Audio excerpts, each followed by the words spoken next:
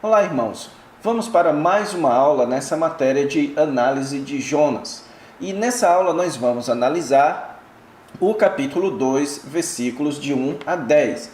Isso porque na aula passada nós concluímos a análise do primeiro capítulo de Jonas.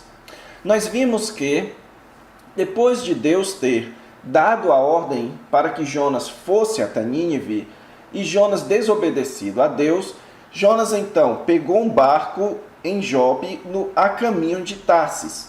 E o texto que nós vimos na aula passada é o texto que narra o que aconteceu ali. Eu expliquei a vocês que a narrativa dos versículos 4 a 17 corresponde a um quiasmo. Este quiasmo tem como pontos principais, o primeiro e o último, que são paralelos, a questão da soberania de Deus, Deus controlando o vento e Deus controlando o peixe.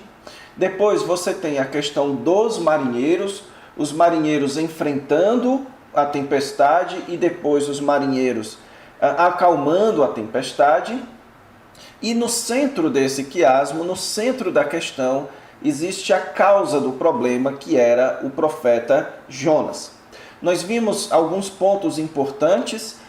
Primeiro, a questão da soberania de Deus, onde Deus ele exibe o seu controle sobre a natureza, mas também exibe o seu controle sobre os seres humanos, tanto sobre os marinheiros quanto sobre Jonas.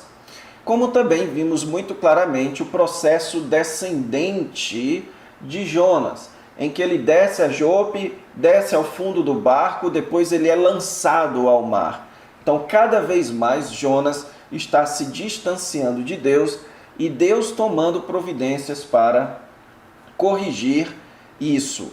Agora, então, nós vamos para o capítulo 2, versículos de 1 a 10, que corresponde à oração de Jonas quando ele estava no ventre do grande peixe, ok? Mas lembrando aqui do esboço da sessão, o texto que nós vamos ver agora, ele corresponde a este ponto C, que trata das consequências da desobediência. Como nós estamos vendo, Jonas desobedeceu a Deus e ele então tomou aquele barco e tudo o que aconteceu ali foi como consequência da desobediência. E agora, a oração que ele vai fazer é uma meditação em torno dessa desobediência. Jonas vai então refletir em torno da sua atitude, do seu processo descendente por causa da sua desobediência e o que Deus fez com ele por causa disso, ok? Por isso que nós incluímos o capítulo 2 ainda nessa parte da desobediência de Jonas, certo? É importante que a gente saiba que o texto do capítulo 2 ele é dividido em duas partes. A primeira parte começa aqui no versículo 1, certo? Nessa parte aqui, Jonas vai começar a refletir sobre este processo ascendente. A segunda parte, então, começa aqui no versículo 7, que é quando aquele processo ascendente ele é revertido. Então, Jonas vai narrar o seu processo de descendência, de decadência da presença de Deus. E então, quando ele se encontrava no mais fundo, ele começou então a ascender, certo? Então, esse versículo 7 termina aqui no versículo 10. Então, esse texto ele é dividido basicamente aqui em duas partes, ok? Então, vamos começar a estudar esse texto. Bem, o texto começa nos afirmando que Jonas estava no ventre do peixe, ok? Nós já discutimos sobre isso na aula passada, onde eu expliquei a vocês que eu entendo que isso daqui é um milagre. Jonas estava no ventre do peixe e lá ele fez uma oração ao Senhor. Então, a única forma de Jonas entrar no ventre do peixe e permanecer vivo a ponto de orar ao Senhor é se isso fosse um milagre. assim como o Senhor Jesus Cristo estando no ventre da terra ou dentro de uma sepultura, ele então pudesse sair lá de dentro com vida. Isso também foi um milagre. Então o texto diz que Jonas, estando no ventre do peixe, ele orou ao Senhor. Na verdade, irmãos, o que nós vemos a partir aqui do versículo 2, certo? É uma expressão de um salmo. Então isso daqui é um salmo. O que são salmos? Salmos são orações em forma de cântico, ok?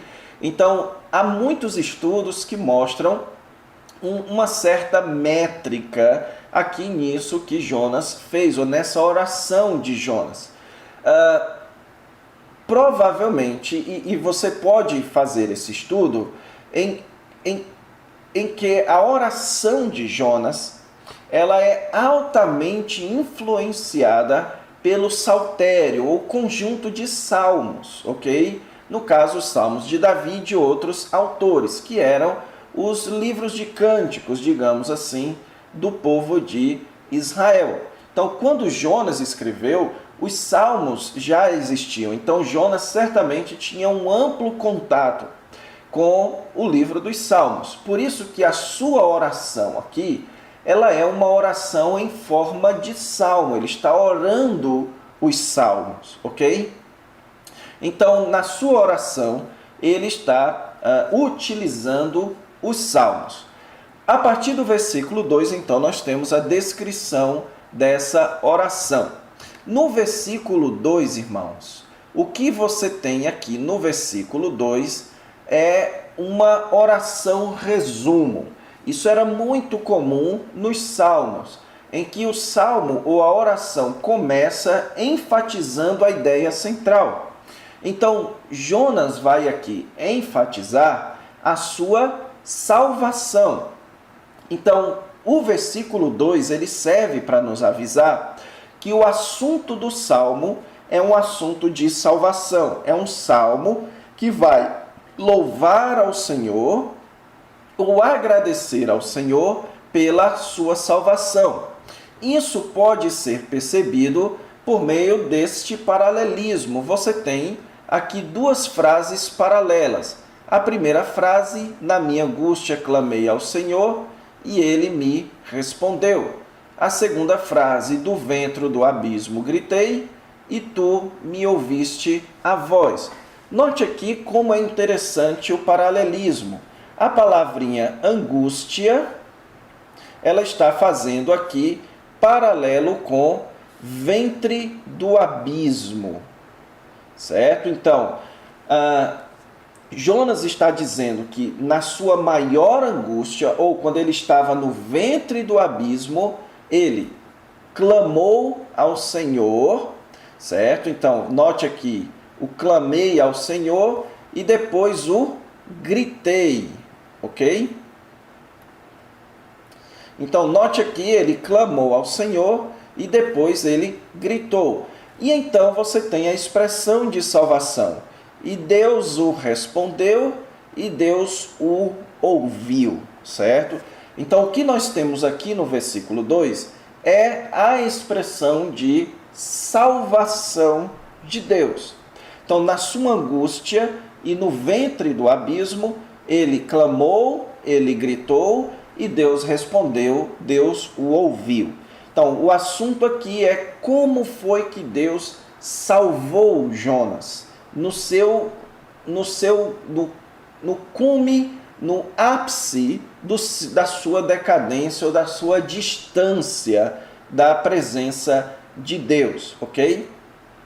Detalhe importante aqui também, irmãos, é que muito embora a palavrinha ventre apareça aqui e ela apareça imediatamente anterior, certo? Elas não se referem ao mesmo lugar. Aqui você tem o ventre do peixe e aqui você tem o ventre do abismo, que nós vamos ver posteriormente. O ventre do abismo é o fundo do mar. O ventre do peixe já era o momento de salvação de Jonas. Então, Jonas, no ventre do peixe, é que ele percebeu que havia sido salvo e então ele orou, lembrando do momento em que ele estava no ventre do abismo, ok?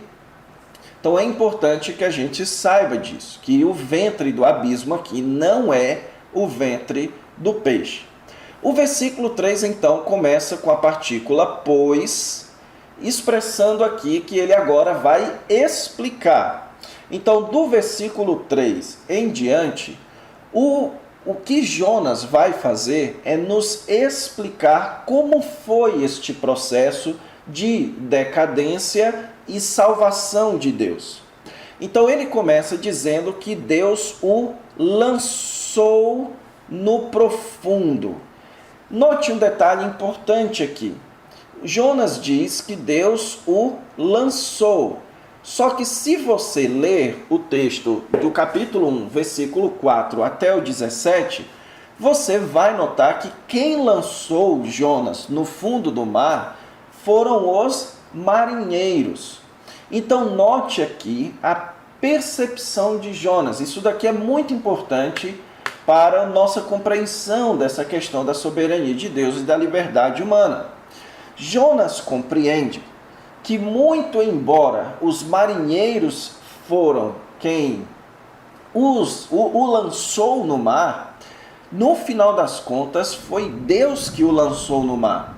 Então Jonas entende que o fato daquilo que os marinheiros fizeram ter sido uma expressão ou uma execução do plano de Deus ou da vontade de Deus, então Jonas tinha a liberdade de dizer que aquilo foi o próprio Deus que fez. Então foi Deus quem lançou Jonas no fundo do mar, ou no coração dos mares, ok? E então ele começa a descrever como aquele lançamento começou a gerar nele um processo cada vez mais decadente. Primeiro é dito aqui que, note aqui a progressão, a corrente das águas me cercou, e olha o paralelismo, e todas as tuas ondas, note que isso daqui são paralelos, corrente das águas e todas as ondas passaram por cima de mim, certo? Então aqui é uma poesia hebraica e você tem duas expressões paralelas. O que Jonas quer dizer aqui? Que uma vez que ele foi lançado no mar, ele foi tragado pelo mar. Ele sentiu-se inferior e então as ondas e as correntes das águas o dominaram. Ele começou então a afundar. Lembre-se que Jonas, quando foi lançado no mar, ainda estava havendo temporal. Então, quando Jonas foi lançado no mar, ele não tinha condições de nadar ou de ficar boiando, porque a água ainda estava bastante turbulenta. Então, ao ser lançado no mar, ele foi cercado pelas correntes das águas e tragado pelas ondas. Então, avançando aqui, Jonas nos informa que quando ele estava tragado pelo mar, ele disse: lançado estou de diante dos teus olhos. Note aqui, irmãos, a ideia de ser lançado de diante dos olhos de Deus. Lembre-se que Jonas tinha exatamente este desejo. Ele tinha o desejo de fugir da presença de Deus. Lembre-se que isso é narrado no capítulo 1, que ele queria fugir da presença de Deus. E aqui então ele está se deparando com uma dura realidade. Ele agora estava sentindo que de fato estava lançado diante dos olhos de Deus. O final do versículo 4 tem aqui uma pergunta que envolve uma dificuldade de tradução, onde os tradutores eles não são unânimes quanto à melhor forma de traduzir aqui. A Revista Atualizada, que é essa que eu estou utilizando, ela entende aqui como uma pergunta, dizendo: tornarei porventura a ver o teu santo templo? Os principais estudiosos discordam um pouco dessa tradução e eles sugerem que, na verdade, a melhor tradução aqui seria uma afirmação, que ele, apesar de ter sido lançado de diante dos olhos de Deus, ele agora iria tornar para ver o santo templo de Deus. Como é que nós sabemos disso? Porque a expressão santo templo, ela aparece aqui no versículo 4 e ela aparece também no final do versículo 7. E em ambos os momentos, este templo mencionado aqui, ela é uma referência ao céu ou ao lugar de habitação de Deus, ok? Então, o que Jonas está dizendo é que quando ele percebeu que havia sido tragado pelo mar, ele sabia que haveria de chegar a hora da sua morte e que um dia, então, ele iria para o lugar da presença de Deus. Então, o versículo 5, ele torna aqui não mais a sua própria percepção, mas a descrição dos fatos. Ele diz que as águas me cercaram até a alma.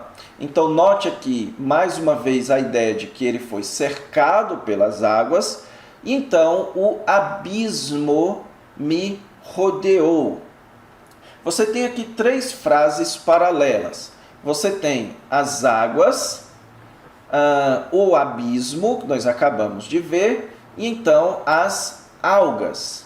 Aqui, irmãos, você tem um processo descendente. Você tem as águas, em primeiro lugar, depois ele é mergulhado para as profundezas das águas, e então ele, quando tem acesso às algas, é porque ele já chegou no fundo do mar. Então, a ideia aqui do versículo 5 é que ele estava completamente perdido. Então, Jonas estava em uma situação de completa perdição. E então, o versículo 6 traz aquela palavrinha que nós enfatizamos nas 2 aulas passadas. Note que o texto diz: desci até os fundamentos do monte, desci até a terra. Jonas, então, está descrevendo aqui o ápice da sua descendência. Ele desceu aos fundamentos dos montes, e a ideia aqui é aos fundamentos dos continentes, ok?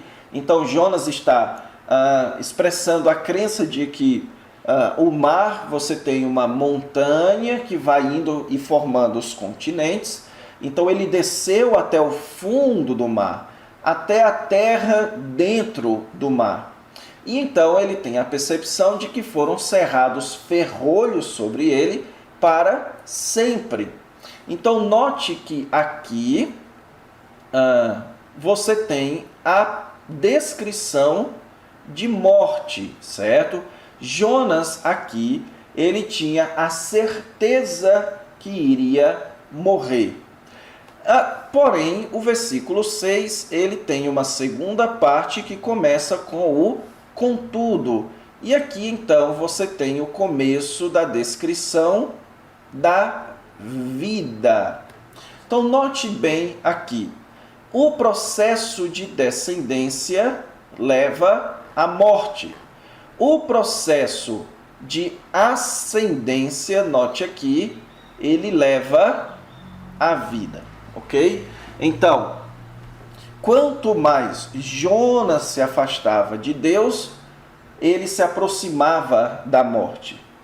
Quanto mais Deus se aproximava de Jonas, Jonas recebia a vida.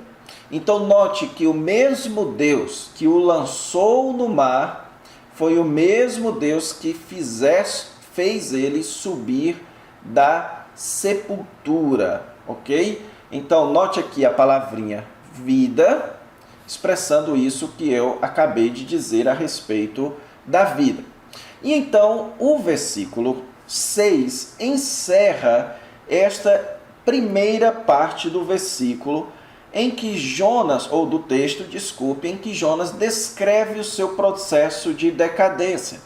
Agora note que a segunda parte do texto tem mais uma frase resumo.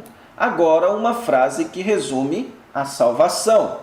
Ele diz: quando dentro de mim desfalecia a minha alma, eu me lembrei do Senhor e subiu a ti a minha oração no teu santo templo.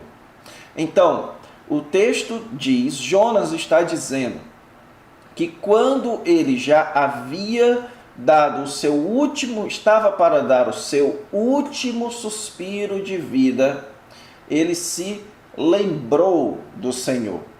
E essa expressão, lembrar, irmãos, não tem a ideia meramente de você recordar de algo. No Antigo Testamento, essa é uma expressão bem comum, certo? Você tem, por exemplo, os profetas rogando que Deus se lembre do seu povo. Davi rogando que Deus se lembre do seu povo, se lembre das suas alianças. Isso não quer dizer que Deus havia esquecido e agora ele precisava se lembrar ou recordar. A ideia de lembrar tem sim a ideia de recordar, mas é uma recordação por consideração. Então é como se eu fosse me recordar de algo para considerar fazer aquilo. Então, provavelmente aqui, irmãos, Jonas expressou o seu arrependimento. Ele lembrou aqui da sua desobediência, certo? E ele então recordou do valor do Senhor e do valor do mandamento do Senhor. Então o texto diz que ele orou a Deus nos céus. Então, os versículos 4 até o 7 encerra aqui esse processo de morte, esse processo de afastamento e começa a descrever o processo de ascensão de Jonas. Os versículos 8 e 9, então, irmãos, são a descrição de como Jonas está arrependido. O versículo 8 aqui você tem uma expressão de adoração. Ele fala: os que se entregam à idolatria vã abandonam aquele que lhes é misericordioso. Note que Jonas cita aqui a misericórdia de Deus. Então, quando os homens se entregam à idolatria, eles perdem, eles abandonam, eles perdem aquele que pode salvar do mais profundo abismo. Esse versículo aqui, irmãos, ele teria uma importância fundamental no leitor do livro de Jonas, lá na nação de Israel. Jonas está mostrando que por causa da sua desobediência ao mandamento de Deus, a aliança com Deus, ele foi levado a um processo de decadência profunda. E que a mesma coisa acontece com aqueles que se entregam à idolatria, mostrando aqui como Jonas é uma figura real, obviamente histórica, mas ele figura a história do povo de Israel. Quando o homem abandona o seu Deus, ele está abandonando aquele que é misericordioso e capaz de lhe salvar. Só que ele continua dizendo com a voz do agradecimento: eu te ofereci sacrifícios. Note que ele fala aqui de sacrifícios e de votos. A mesma coisa que o texto anterior nos fala que os marinheiros fizeram.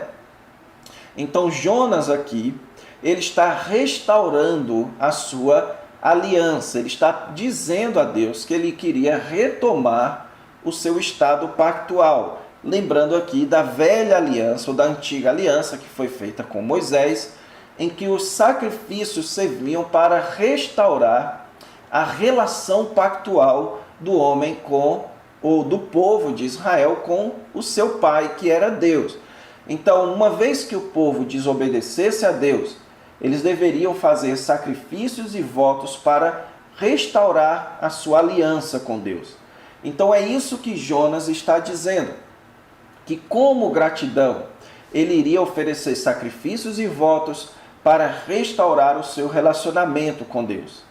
E então o versículo 9, ele encerra com a declaração central do livro, certo, irmãos? Então essa daqui é a frase central do livro de Jonas. Ao Senhor pertence a salvação.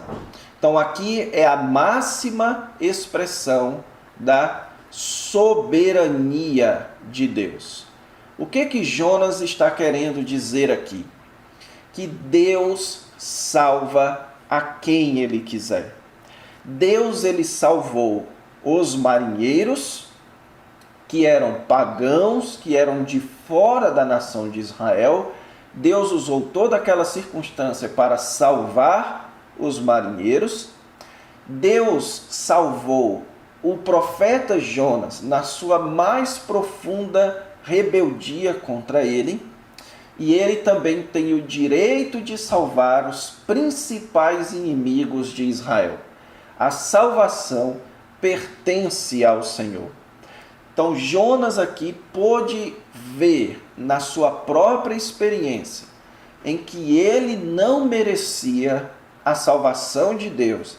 E no mais profundo abismo Deus o salvou. Então Deus pode salvar a quem Ele quiser. Muito embora, irmãos, essa afirmação de Jonas posteriormente vai deixá-lo incomodado. O fato da salvação pertencer ao Senhor deixava Jonas incomodado pelo fato de Deus dar salvação a quem Jonas achava que não merecia.